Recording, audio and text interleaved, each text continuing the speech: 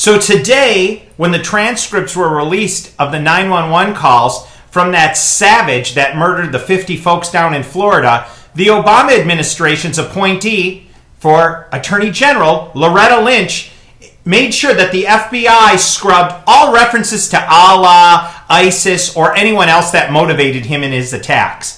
Now, we've had many attacks of savages here in the United States after 9/11. Not so many during the Bush administration after 9/11, but we've had a shit ton while Barack's been in power. Let's see. Is he on their side or our side? Is he an American president or a citizen of the world as he created? To me, he's committed treason, and I'll explain why. Number one, why would you give the state of Iran, the country of Iran, whatever you want to refer to it, $150 billion when your own State Department and your own Department of Defense still say that some of that money is going to be used for terrorism to kill people, including Americans? Why would you give them the path to nuclear weapons when they continue to breach the United Nations agreements and sanctions that were put against them prior for other terrorist acts? Why would you go in and destabilize Libya? Now it's a complete failed state and ISIS runs wild there. But let's go into Syria as well and do the same thing and then pull the plug when he uses chemical weapons against the proxy force that you put in place. Now, no one noticed yesterday that the Russians and the Americans had a little air duel over the skies of Syria.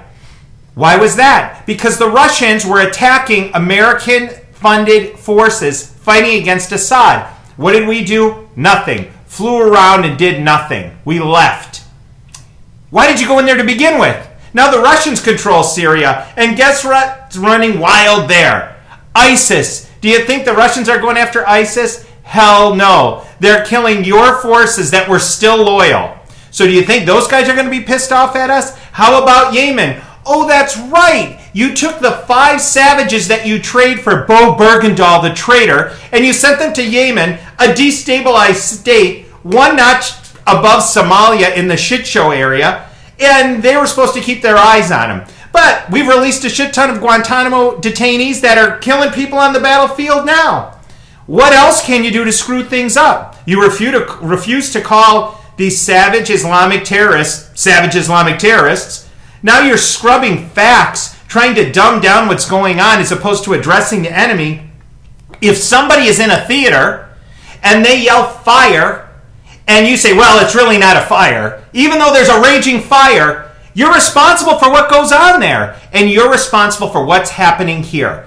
You started ISIS through your complicit foreign policy, through vacating Iraq when your own Secretary of Defense told you not to pull the last 10,000 troops out. And all the liberals whine and complain, we needed to get out of there. Bullshit. Japan, the Marshall Plan, it took 25 years. It was going to take longer in Iraq. So now you've blended all of these shit shows of Libya, Syria, the rules of engagement in Afghanistan where our guys don't know whether they should shoot or not, need to consult a lawyer first. It's all bullshit. You're on their side, Barack. You're committing treason. Anybody that supports you's a jackass or dog shit dumb. It's unbelievable that this continues to go on and there's no outrage. And Republicans, the GOP in the Senate and the House, what are you doing to stop this? Why have you laid in line with this jackass and allowed this to happen? You all should be shit canned. There should be term limits. And hopefully somebody with some balls ends up in the White House and not that hag Hillary Clinton that left her employees to die and lied about it, along with all the other foreign policy fails that she presided over. She's a jackass. Iran, Syria, Libya, Afghanistan, Yemen. The list continues. Americans continue to die, and the President of the United States refuses to call a spade a spade.